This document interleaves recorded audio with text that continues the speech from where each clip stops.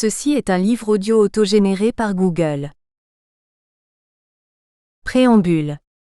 La violence appartient à notre monde, à son histoire passée, et nous pouvons le supposer à venir. Aujourd'hui encore, elle se traduit par des actes d'intensité variable et parfois insupportables, en particulier quand elle vise des personnes vulnérables. La violence se présente comme la forme extrême de l'agressivité. Elle trouve ses racines au cœur de l'homme, dans ses pulsions profondes, et à ce titre se montre terriblement ordinaire, fréquente et difficilement contrôlable. Pour autant, elle doit l'être afin de maintenir une cohérence de vie du sujet lui-même et une cohésion dans la société. La violence s'origine dans les pulsions profondes que l'être humain porte en lui dès sa naissance. Vivre, c'est d'une certaine façon tisser des liens entre les choses et les gens à partir des réalités intrinsèques, mais contradictoires de tout sujet. La violence, dirigée contre les autres ou contre soi, révélera l'opposition ordinaire évidente ou insidieuse aux processus vitaux. On remarque parfois qu'il y a un certain plaisir à la violence. Comme si celle-ci procurait une jouissance, plaisir de souffrir ou de faire souffrir, fascination pour le malheur ou complaisance de la plainte. Ces réalités fréquentes, plus ou moins conscientes, compliquent le repérage de la violence et l'implication du sujet dans ce qu'il vit ou ce dont il se plaint, y compris dans les institutions accueillant un public vulnérable. La violence peut se révéler avec d'autant plus d'intensité qu'elle survient dans des contextes particuliers. Daniel Sibony en évoque 3, l'injustice, la peur et la règle. L'injustice, qui est la forme morale de l'injustesse entre les personnes et ou les groupes, suscite légitimement la révolte personnelle ou collective, parfois violente. La peur, en partie archaïque et profonde, déclenche des réactions incontrôlées. Elle peut être comprise comme une véritable effraction identitaire, où le sujet perd peu ou prou ses repères habituels et compense cette perte par des réactions impulsives, profondes et violentes. La règle, enfin, suscite la violence en tant qu'elle organise le collectif en restreignant l'individuel et qu'elle est perçue comme oppressante. La réaction à la règle pourra être aussi bien l'obéissance que la transgression, ou de façon pernicieuse, le détournement de la loi. Prudence à ne pas ramener les causes au seul contexte. Il nous semble fondamental de redire combien l'origine de la violence se situe d'abord en l'homme, avant que dans les interactions avec son contexte de vie, même si le sujet et son environnement entretiennent une relation circulaire d'influence réciproque. Dans les institutions accueillant un public vulnérable, la violence prendra le plus souvent des formes insidieuses et ou manifestes, relatives aux intervenants ou à l'usager. Elle devra chaque fois être interrogée dans l'articulation complexe entre sa cause, inhérente au sujet, et son contexte relatif à la situation de vie et de travail en institution. Son dénouement s'avérera complexe et difficile. Pour autant, il doit être mis en chantier. La vulnérabilité du public accueilli augmente la responsabilité des intervenants et l'importance de leur discernement devant les gestes et attitudes qu'ils prodiguent. La précipitation, par exemple, que l'on impute directement à la charge de travail ou aux contraintes extérieures que sont les rythmes imposés par l'institution, ne doit pas faire l'économie d'une interrogation personnelle. Comment l'intervenant est-il partie prenante et pourquoi pas inconsciemment jouisseur de ce dont il se dit prisonnier? Ce questionnement d'allure provocatrice s'il en est, interroge le sujet. Dans la relation humaine, les éléments majeurs sont relatifs aux personnes telles qu'elles se situent par rapport à elles-mêmes, et au contexte de vie ou de travail. La vulnérabilité de l'un des interlocuteurs accroît la dissymétrie de la relation et renforce l'exigence d'un travail sur soi que doit faire l'intervenant. La reconnaissance de la réalité ordinaire de la violence, de celle de l'amour, au travers de l'attachement possible et libre envers les personnes dont on s'occupe, et enfin du contexte de vie et de travail en collectivité, peut déboucher sur une qualité de vie et de bonnes pratiques. Reconnaître le poids de la violence n'est pas une façon de s'y assujettir, mais de s'en libérer. Nommer les choses permet, malgré le dérangement personnel ou collectif que cela occasionne, des perspectives renouvelées. Parler la violence, en soi, chez l'autre ou dans les contraintes, dégage un nouvel espace de relation qui est l'autre de la violence. Celui où l'on peut trouver le plaisir de vivre et de travailler, ouvert de façon plus large sur l'avenir de l'homme. Introduction. Cette réflexion s'adresse aux professionnels et intervenants en EHPAD, établissements hébergeant des personnes âgées dépendantes. Ils sont les principaux acteurs de la bonne marche d'une maison et contribuent largement à la qualité de vie et de travail dans celle-ci. Au travers de cet écrit, il s'agit d'inviter à reprendre les réflexions qui sont menées dans les EHPAD et cela, du point de vue de la prévention des maltraitances passives. Il s'agit aussi de contribuer à repositionner le repérage des risques de maltraitance et d'orienter les pratiques vers plus de bienveillance. Ce programme est à la fois classique et ambitieux. Classique parce qu'il reprend des éléments que nombre d'institutions mettent à leur actif en termes de recherche de qualité de vie et de bonnes pratiques. Ambitieux parce qu'il souhaite reprendre à frais nouveaux certains positionnements trop vite admis et apporter des éléments de réflexion plus spécifiques à partir de l'approche psychanalytique. En ce qui concerne les maltraitances passives, nous aborderons les dommages auxquels le résident d'un EHPAD peut être confronté et proposerons des pistes de travail pour améliorer les pratiques aussi bien d'un point de vue individuel, en équipe et relativement à la dynamique institutionnelle. La réflexion proposée résulte d'un travail d'évaluation mené dans une 50aine d'EHPAD du département des Pyrénées-Atlantiques, à la suite d'une initiative du Conseil général, prévenir les maltraitances institutionnelles. Nous-mêmes, en tant que psychologues et à partir de la théorie psychanalytique, sommes chargés de cette mission de prévention.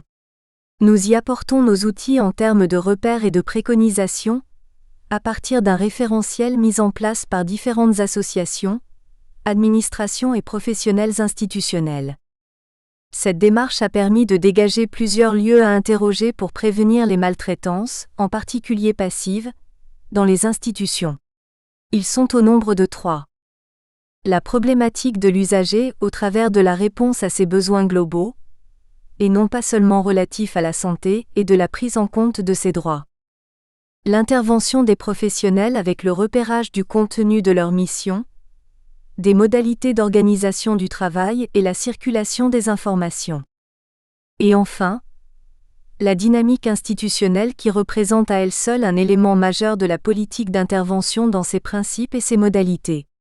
Le management d'une part, la mise en place des outils de la loi du 2102 d'autre part et enfin, la procédure de prévention et de traitement des maltraitances sont les outils institutionnels à interroger pour vérifier les conditions qu'offre l'institution pour promouvoir des bonnes pratiques.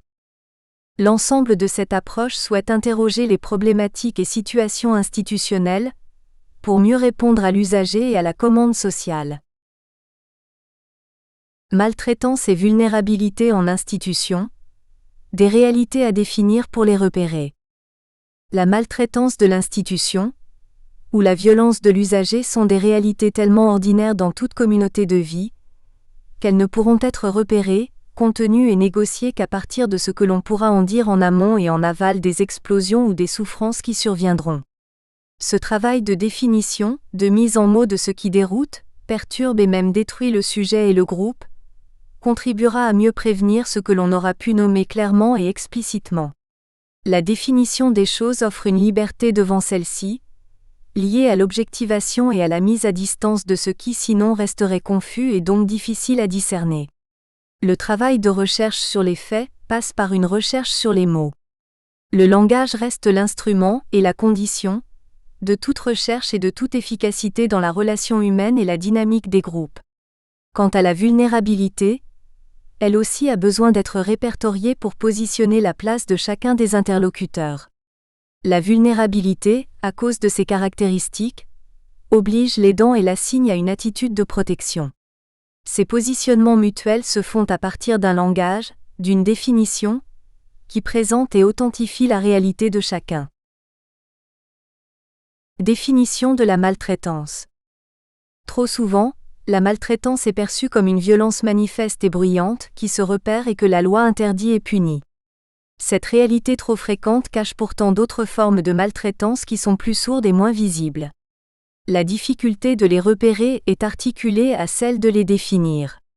Caractériser juridiquement un fait permet de mieux le discerner, et en conséquence de mieux y répondre. Ce travail de définition est important pour promouvoir la bienveillance envers l'usager et de bonnes pratiques. La maltraitance active. Le Conseil de l'Europe en 1987 a défini la violence comme étant tout acte ou omission commis par une personne, s'il porte atteinte à la vie, à l'intégrité corporelle ou psychique ou à la liberté d'une autre personne, ou compromet gravement le développement de sa personnalité et ou nuit à sa sécurité financière. Elle se caractérise par violences physiques, psychologiques ou sexuelles. Les violences physiques. Ce peuvent être des brutalités, des coups avec ou sans objet, des morsures, des griffures, des bousculades, le secouement, la maîtrise agressive de la personne, le fait de presser une partie du corps, un membre par exemple, de contraindre avec agressivité. Les violences psychologiques, verbales ou morales. Ce sont aussi bien des injures que des dénigrements, des manipulations, insinuations, dévalorisation manifeste ou pas, des humiliations qui peuvent concerner la personne ou ses proches. Les sévices sexuels. Ce qui attente à l'intégrité sexuelle et intime de la personne. Les sévices sexuels concernent les gestes et attitudes intrusifs ou pas, qui tendent à une satisfaction sexuelle chez l'auteur sans le consentement de son interlocuteur, ni le respect de sa personne. Les sévices sexuels sont indignes en tant qu'ils font de l'autre un objet de jouissance, et non pas un sujet de son plaisir. L'autre est instrumentalisé par son agresseur, qui d'ailleurs en retour n'y gagne pas en humanité. L'attitude pulsionnelle est partielle, elle chosifie l'autre. Par ailleurs, les sévices sexuels peuvent être en plus qu'humiliants et réducteurs, brutaux sous la forme de coups. Dans ce sens, la victime de violences sexuelles est blessée aussi dans son corps, avec en plus que des conséquences psychiques, des séquelles physiques. La violence sexuelle qui laisse des traces physiques n'est pas la plus fréquente dans les maisons de retraite. Elle sera plutôt relative au manque de pudeur, à l'humiliation, à une jouissance dégradante. Elle peut ne pas laisser de traces sur le corps et pour autant être active et manifeste. Les autres formes de violence. La violence financière. Elle se manifeste plutôt à domicile. Dans les EHPAD, nous ne l'avons guère rencontrée à cause de situations très protégées en termes de détention d'argent ou d'objets de valeur. La violence médicamenteuse. Elle est limitée considérablement par le système institutionnel. On a pu être confronté à ce type de violence, mais très rarement. Ces deux dernières formes de violence, au départ insidieuses, deviennent rapidement bruyantes et repérées. L'intention, la gravité et la durabilité de l'acte. Deux paramètres entrent en ligne de compte pour repérer et évaluer la maltraitance. L'intention de l'acte et sa gravité. L'intention de nuire. C'est un facteur aggravant dans le repérage d'un acte maltraitant. On peut d'ailleurs penser que cette intention suffit à caractériser l'acte, sauf à être incapable de faire du mal, ce qui n'est guère fréquent. L'intention de nuire, qui en fait est rare, caractérise la maltraitance dans son acception ordinaire. Par contre, nombre de gestes ne sont pas intentionnellement malveillants mais le deviennent par ignorance, inconscience, maladresse ou incompétence. Dans ce sens, il s'agit d'évaluer, en équipe pluridisciplinaire, le dommage subi et l'implication de l'intervenant. Ce sont ces dernières situations qui sont complexes à évaluer. Le peu de gravité d'un acte durable. Certains actes sont graves et durables et donc très préjudiciables à la personne dépendante. D'autres sont graves mais guère durables. Ils ne se reproduisent pas. Ils seront sanctionnés par une parole ou une réprimande administrative et ou judiciaire en tant que maltraitance active. D'autres encore ne sont ni graves ni durables. On peut penser qu'ils n'entrent pas dans la réflexion qui nous préoccupe. Certains enfin ne sont pas considérés comme graves mais durs. Ainsi répondre systématiquement de façon expéditive ou abrupte à une personne âgée dont la demande est harcelante, l'éviter, ne pas la regarder, soupirer. Dans ces cas-là, ce n'est pas tant le geste lui-même que sa répétition, sa durée, son insistance, qui est dommageable. Le climat de la relation devient pernicieux et maltraitant. Ce sont ces actes-là que l'on pourra verser dans le lot des situations de maltraitance passive. La maltraitance passive en creux, une violence liée à l'institution. La violence se décline à un niveau individuel, mais procède le plus souvent du registre institutionnel. Elle se caractérise par des omissions, des incohérences, des laissés-aller, des rigidités, des habitudes, des inerties. Tout cela qui représente des dommages pour la personne vulnérable accueillie en structure collective, et qui pour autant n'est pas passible d'une sanction pénale.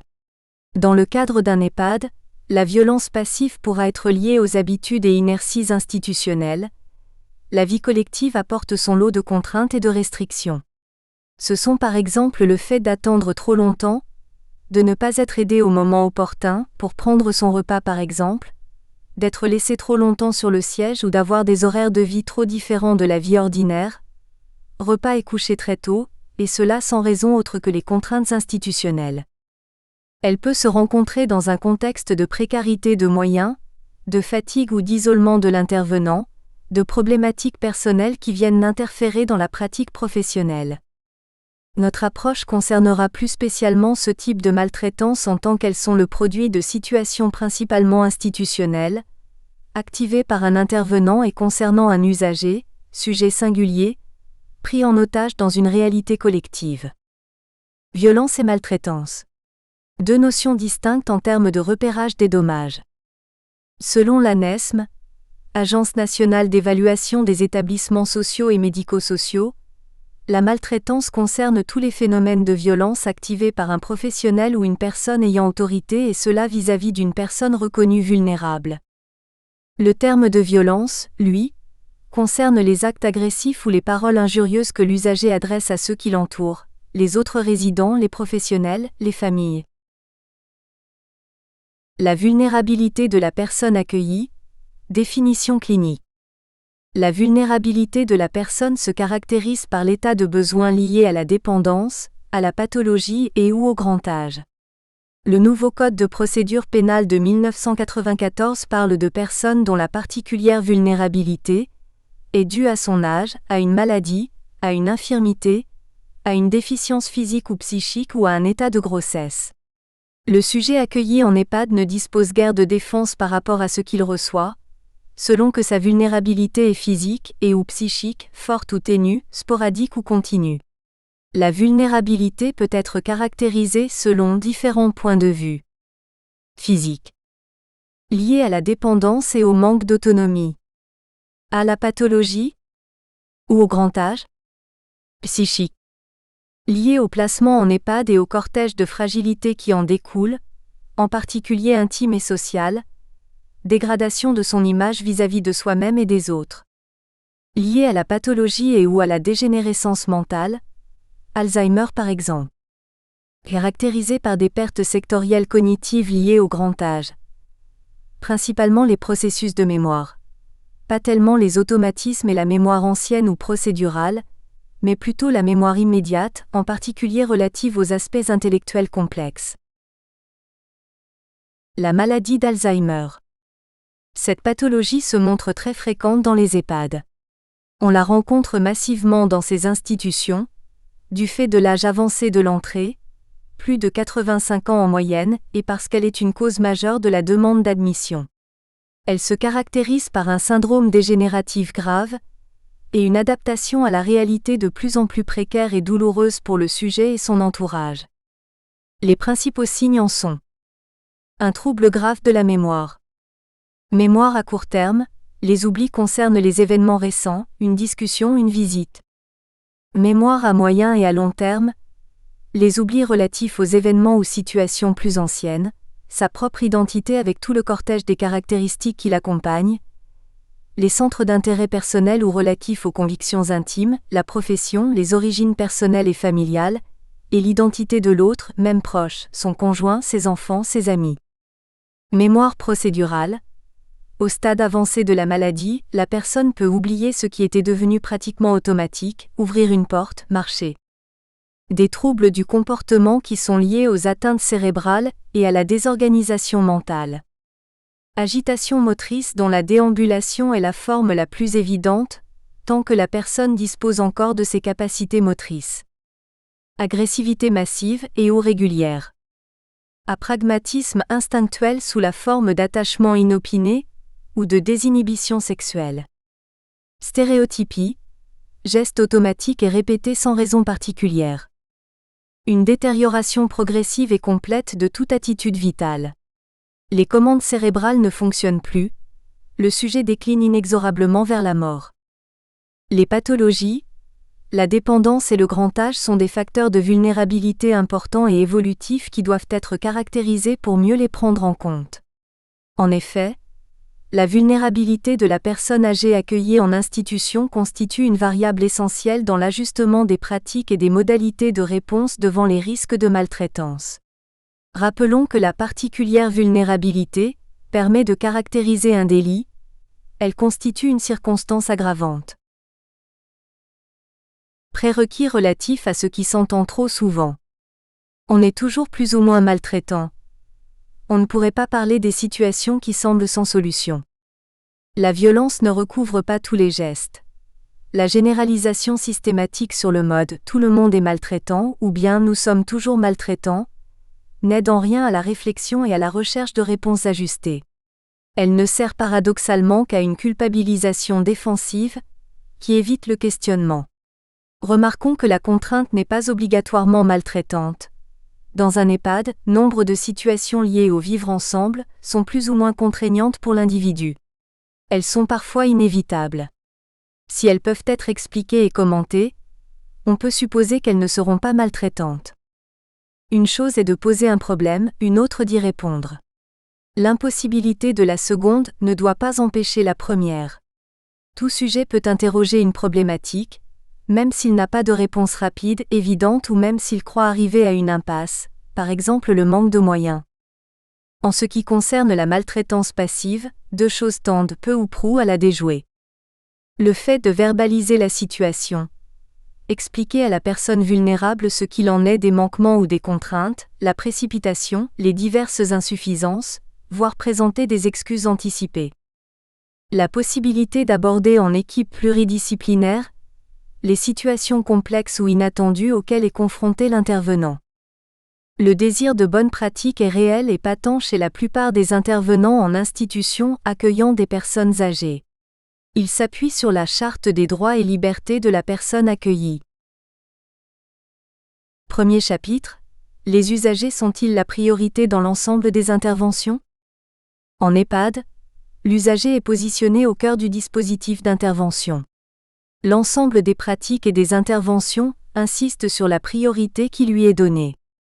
Si on ne peut pas contester cette volonté hautement louable, peut-être peut-on l'interroger.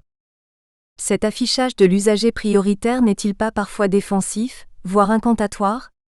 N'y a-t-il pas trop souvent un écart entre l'affichage et la réalité ? C'est dans cet écart incontournable certes, mais à interroger, que pourront se rencontrer les risques de maltraitance en creux, de déconsidération, de négligence au sein de ces trois prestations que sont l'hôtellerie, les soins et l'animation. Elles caractérisent le milieu de vie de la personne accueillie, dont nous rappelons une caractéristique importante, la vulnérabilité. Ces prestations peuvent être tout autant des occasions de maltraitance que de bienveillance et ce, avec les contraintes liées à la collectivité.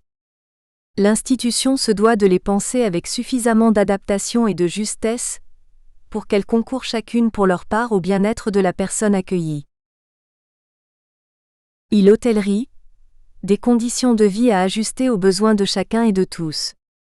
Le cadre de vie, en termes aussi bien de locaux, d'horaires ou de repas, constitue l'environnement désormais définitif de la plupart des personnes accueillies.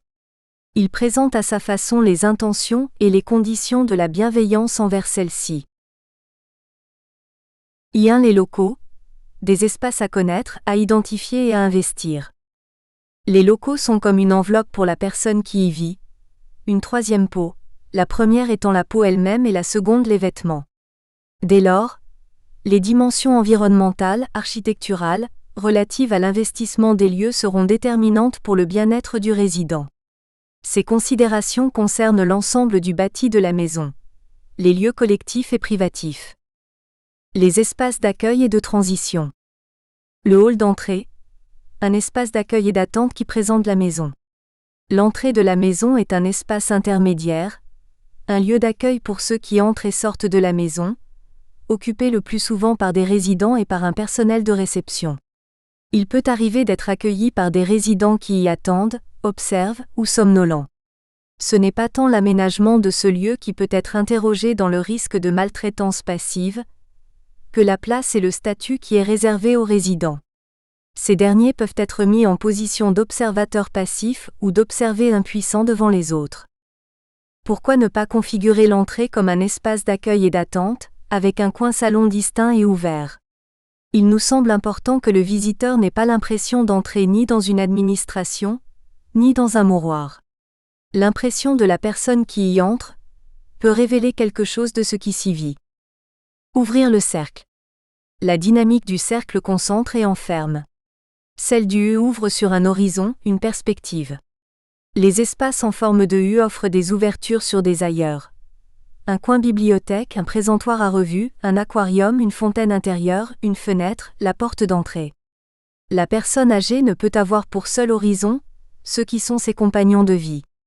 Elle doit, parce que vulnérable et dépendante, être soutenue dans des perspectives différentes et renouvelées, tout en étant assurée de choses qui soient familières et repérées.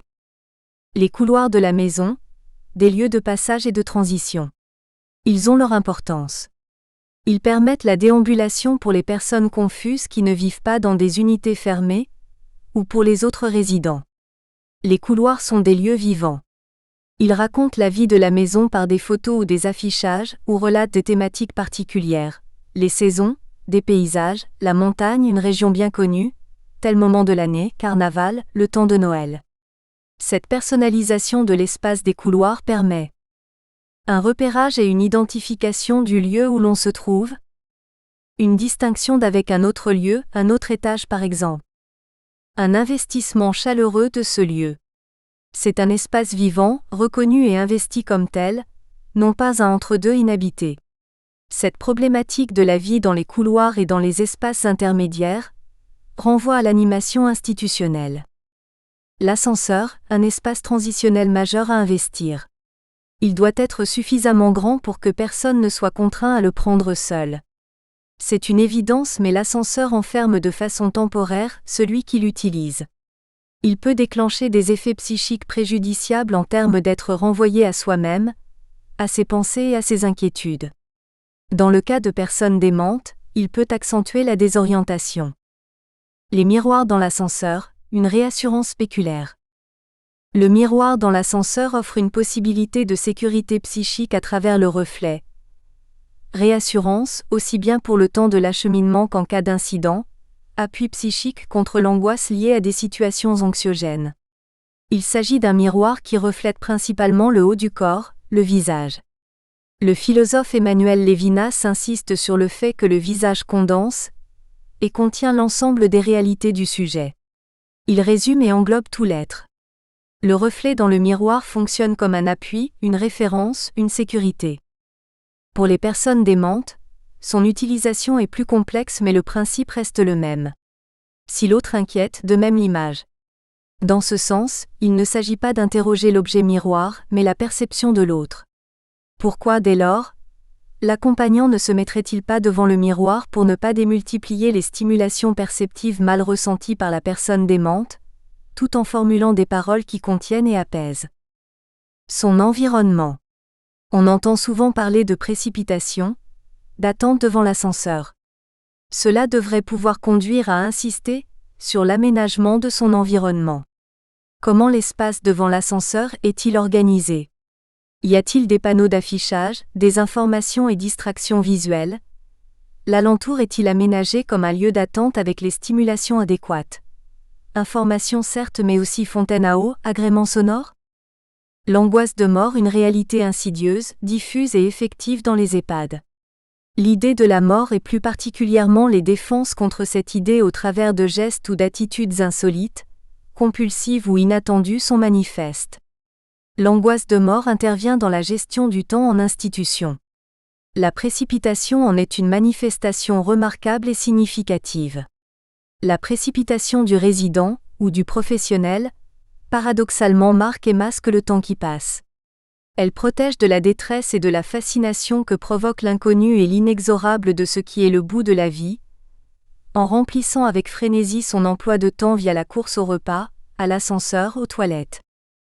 À noter qu'une certaine paix intérieure devant la mort et la vie procure plus de calme et même une certaine lenteur au quotidien. Que plutôt que la précipitation, la hâte marque l'urgence de la vie devant la mort tout en laissant sa place au sentiment de la mort. La précipitation, elle, obture toute représentation d'angoisse tout en étant habitée et travaillée par elle. Les salles à manger et les salons. Des espaces de vie ordinaires, habituels et révélateurs de la vie de la maison. Il n'est ni envisagé ni envisageable de banaliser le cadre de vie comme un élément strictement fonctionnel pour la collectivité. Les locaux montrent les intentions et les événements de l'institution. Ils en sont la mémoire. À ce titre, ils prennent de l'importance. La salle à manger, une salle de restaurant. Dans tous les cas, la salle à manger est un lieu de restauration alimentaire et psychique qui se doit d'être agréable et soigné, avec des ouvertures sur un horizon, même minimaliste.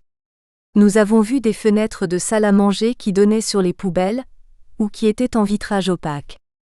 La perspective visuelle est une ligne d'horizon psychique, une métaphore d'avenir. À ce propos, même un trompe-l'œil, à partir du moment où il est symbolisé et reconnu comme tel, formalisé par une légende ou une signature, représente une possibilité toute simple mais effective d'ouverture. Certes, le principal horizon du sujet accueilli c'est l'autre en relation, mais l'architecture illustre ce désir de figurer l'ouverture à l'autre. Ce qui caractérise l'autre c'est tout autant un lieu qu'une personne. Par ailleurs, au sein de l'espace salle à manger, on pourra trouver de quoi accueillir les différentes modalités de repas, aussi bien pour les personnes dépendantes, dans un espace spécifique avec les fauteuils conséquents, que pour les personnes plus autonomes le plus souvent avec des petites tables conviviales et modulables si possible. Le salon. Il se caractérise par le fait que c'est en un ou plusieurs sites, un espace de rencontre. Nous espérons que vous avez apprécié cet aperçu. Pour continuer à écouter ce livre audio sur Google Play Livres, utilisez le lien dans la description de la vidéo.